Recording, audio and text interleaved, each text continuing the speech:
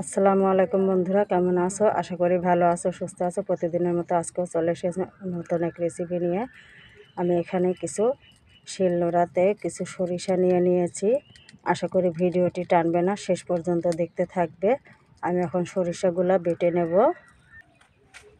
আমি সরিষাগুলো বেটে তুলে নিয়েছি। এবার আমি বাকি মশলাগুলা একে একে ব্যবহার করে নেব। এখানে আমি কিছু ভেন্ডি নিয়েছি, এটা আমি ভালোভাবে ধুয়ে নিয়েছি, তারপরেও পানিতে রেখেছি। আমি কেটে নেওয়ার আগে এগুলো আমি তুলে নেব। আমি কেটে নেওয়ার আগেই এগুলো ধুয়ে নিচ্ছি, কারণ হচ্ছে কাটার পরে ধুলে পরে ভেন্ডির যে একটা পুষ্টি সেটা বের হয়ে যাবে। দ্বিতীয়ত ভেন্ডির মধ্যে পানি চলে যাবে, তাহলে রান্নাটা ভালোভাবে হবে না।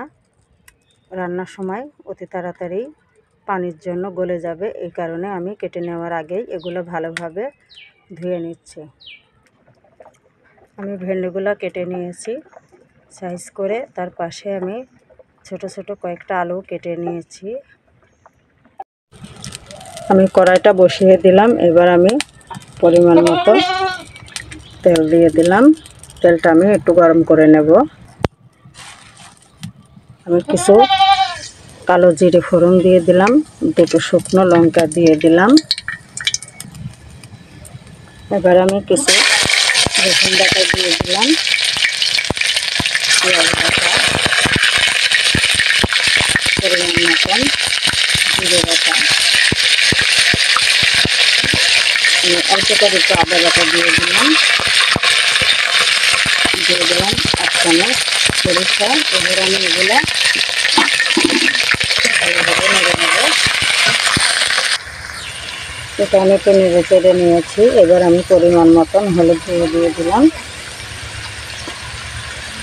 দিয়ে দিলাম কিছু শুকনো লঙ্কা গুঁড়ো আমি দিয়ে দিলাম, ধনিয়া গুঁড়ো পরিমাণ মতন, নুন দিয়ে দিলাম। এবার আমি হালকা করে এটা নেড়ে চেড়ে নেব। এবার আমি কিছু কাঁচা লঙ্কা কুচি দিয়ে দিলাম। এটা আমি ভালোভাবে কষিয়ে নিয়েছি। এবার আমি হালকা করে একটু পানি দিয়ে দিলাম মশলাটা একটু ভালোভাবে কষিয়ে নেওয়ার জন্য।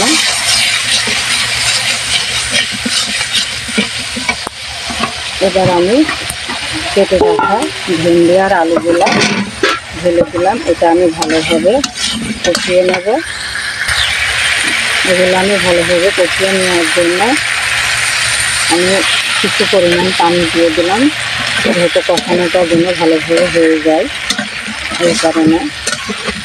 আর আমি কষানোর সময় ঢেকে দেবো। তরকারি ঢেকে রান্না করলে ভালো হয়, তরকারির যে মশলার ভাতটা সেটা বের হয়ে যায় না, এই কারণে আমি ঢেকে দিলাম। এবার আমি দেখি তরকারিটা কী অবস্থা। মাশাআল্লাহ, তরকারিটা দেখতে খুবই সুন্দর লাগছে।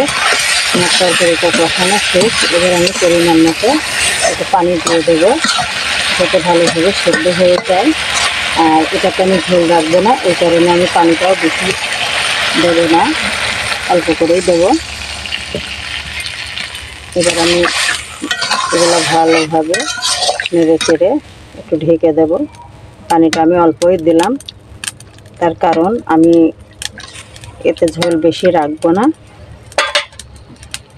এবার আমি ঢেকে দিলাম কিছু সময়, একটু জোরে জাল দেব যাতে ভালোভাবে তরকারিটাও সেদ্ধ হয়, ঝোলটাও শুকিয়ে যায়।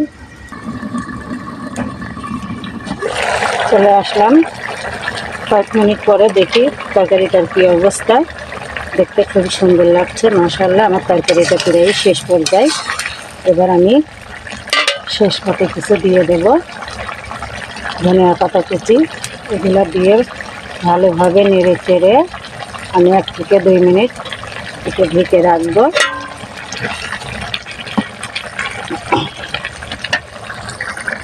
আমি ধনিয়া পাতাটা দিয়ে ভালোভাবে নেড়ে চেড়ে মিশিয়ে নিয়েছি। এবার আমি আর 2 মিনিট মতো এটা আমি রেখে দেব।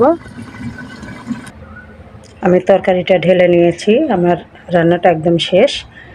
যাই হোক বন্ধুরা, তোমরা আমার ভিডিওটি দেখে কেমন লাগলো অবশ্যই কমেন্টে জানাবে। বন্ধুদের সঙ্গে বেশি বেশি শেয়ার করবে। আমার চ্যানেলটাকে একটা লাইক ও সাবস্ক্রাইব করে দেবে।